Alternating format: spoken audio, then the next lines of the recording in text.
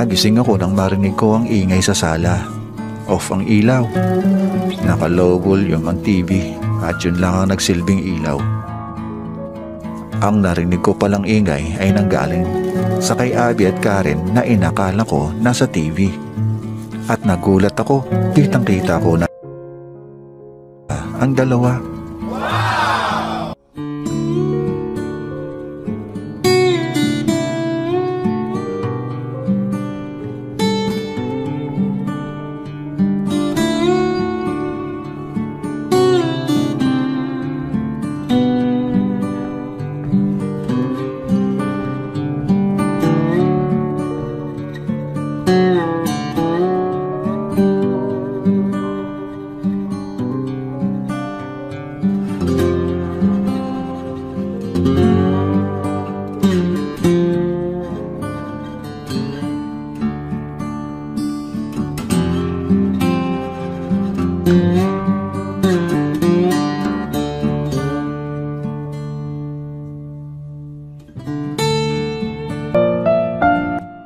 Nang mag-text nga sa akin si Karen na buntis siya, hindi kaagad ako naniwala. Baka kasi nagjo-joke lang siya. Pero pinagpilitan niya na buntis daw talaga siya. Kaya ko naman panagutan if ever na buntis nga siya. Kaya pinaluwas ko siya dito sa Manila para panagutan siya, pati na rin ang binadala niya. At sinabi ko na rin sa kanya na malapit na ako sumampa ng barko. Sa una pa lang, alam na niya na magsisiman ako. At ngayon, first time ko sumampa ng barko. Todo naman ang suporta niya sa akin. Dito muna kami pinatira ni ate sa kondo niya. Wala naman akong naging problema kay Karen. Mabait siya at maunawain. After 2 months, natuloy ako sa pagsampa. Naiwan kong buntis si Karen ng 3 months. Pero wala pang 4 months, biglang nag-pandemic.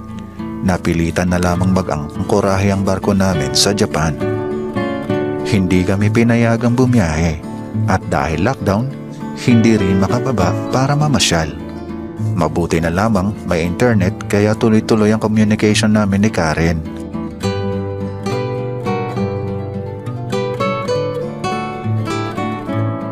Lumipas ang halos 3 months. Nanganak si Karen nang wala ako sa tabi niya. Constant naman ang communication namin. Pero may mga oras rin na naboboring ako. Kaya naghanap ako ng pwede makachat na nasa Japan lang din. At dito ko nakilala si Abby. OFW siya sa Japan. Naging madalas ang pag-uusap namin ni Abby sa chat. Maganda si Abby. 24. Kamukha nga siya ni Lana Rhodes. Single mom siya. Nasa Manila rin ang anak niya. Maraming mga personal na bagay ang inopen ni Lana ni Abby sa akin. Ganon din ako sa kanya. Nagkapalagayan kami ng loob. Pati mga XP niya, hindi naman daw siya lesbian pero nagkakagusto raw siya sa babae rin. Nabanggit ko naman sa kanya ang tungkol kay Karen, wala naman problema. Nabanggit ko rin siya kay Karen. Medyo nabawasan ang pagka-boring ko sa barko hanggang sa nagpaalam na si Abby na sa akin na uuwi na daw siya sa Pilipinas. Hindi pa kami nakikita dito sa Japan. Malapit na rin naman ako bumaba ng barko at uuwi na rin ng Pinas. Lumuwag na rin naman kasi ang mga restrictions ng gobyerno. Siguro, nauna lang sa akin si Abby ng 1 buwan. Nakauwi na rin ako ng Pinas at masaya ako dahil 3 months na rin ang baby namin ni Karen. Nang nasa Pinas na ako, naalala ko si Abby. Ang sabi rin ni Karen sa akin, pabinyagan na daw namin ang baby namin at invite ko daw si Abby. Agad akong nag-chat kay Abby. Kinuha namin siyang ninang. Excited naman siya, tuwang-tuwa. Dahil makikita na daw niya ako sa personal. At natuloy na nga ang binyagan. Dumating si Abby. Ang ganda pala talaga ni Abby sa personal. Kami-kami lang, si ate, si Abby. Pagkatapos ng binyagan, kumain lang kami sa resto at si ate umuwi na sa bahay niya sa asawa niya. Kami naman sa kondo na tumuloy at sumama sa amin si Abby. Masaya naman si Karen, magkasundo silang dalawa. At pagdating namin sa kondo, dahil gusto ni Abby at Karen na mag-inom, dumaan muna ako sa convenience store at bumili ng isang bote ng tequila at chips. Pagdating sa unit, agad kong kinuha sa ref ang bulalo ng baka at pinakuluan ko muna ito.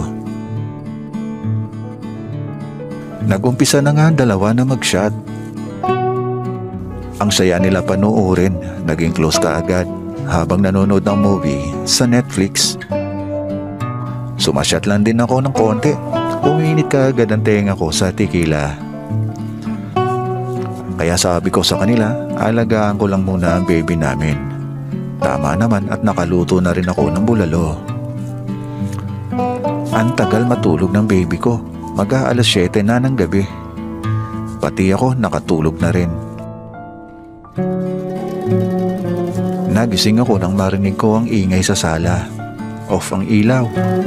Naka-low volume ang TV at yun lang ang nagsilbing ilaw. Ang narinig ko palang ingay ay nanggaling sa kay Abby at Karen na inakala ko nasa TV. At nagulat ako, kitang-kita ko na ang dalawa. Nagtawanan na lang sila na makita ako na makulala sa harapan nila. Nauna pang kaysa sa akin. At laki ng panghihinayang ko dahil patapos na rin silang dalawa. At pagkatapos nga, agad na naghanda si Abby pauwi. Nanghihinayang man ako dahil hindi ko na Abby, may asawa naman akong open-minded. Naging magkaibigan sina Abby at Karen. Madalas silang mag-usap sa chat, magmula noong utas nila. Ako naman, nakikiramdam lang muna ako. Baka kasi may pinaplano ang dalawa nang hindi ko alam. Kinagabihan, kinausap ako ni Karen. Nag-invite daw si Abby sa bahay nila sa Mandaluyong. Umalis daw kasi ang mga kasama niya at siya lang ang tao. Plano niya pala ito para sa amin tatlo. At paalis na uli siya pabalik ng Japan. Araw ng Sabado, ito ang araw na pinag-usapan. Tamang-tama naman at dumating si ate sa kondo.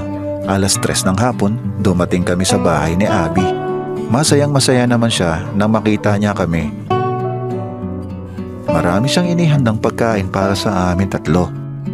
Matapos ang kalahating oras na pahinga at kwentuhan, inumpisahan ng Abby ni Karen. Inaasahan ko naman ito pero hindi ko pa rin maintindihan ang pakiramdam ko. Nananatili akong nanonood sa kanila sa ginagawa nila. Sumenya sa akin si Abby na lumapit daw ako. Inalok niya ang prutas niya sa akin habang kinakain niya ang prutas ni Karen. At yun nga ang ginawa ko, kinain ko niya. Ang laki ng ngiti ni Abby sa akin. Gusto niya ang ginagawa ko. Tuwang-tuwa ko. Lalo akong ginanahan kumain. Masayang-masaya kaming tatlo. Madaling araw na kami nakauwi ni Karen. After 1 week, nakaalis na si Abby papunta ng Japan. Matagal na kaming hindi nagkikita hanggang chat lang at video call.